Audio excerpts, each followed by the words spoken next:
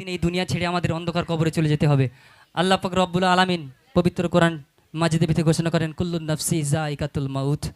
একদিন আমাদের সকলকে মৃত্যুর স্বাদ গ্রহণ করতে হবে। এ কথা আমরা সবাই জানি, কিন্তু কার কখন কোথায় মৃত্যু হয়ে যাবে আমরা কিন্তু কেউ বলতে পারবো না।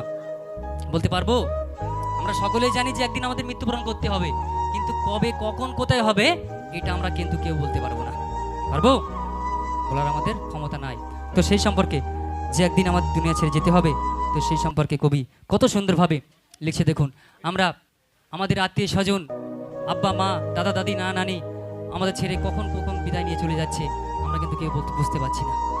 তো সেই কবি অতি সুন্দর করে লিখছে দেখুন, চলুন মনোকর্ষণ করবেন।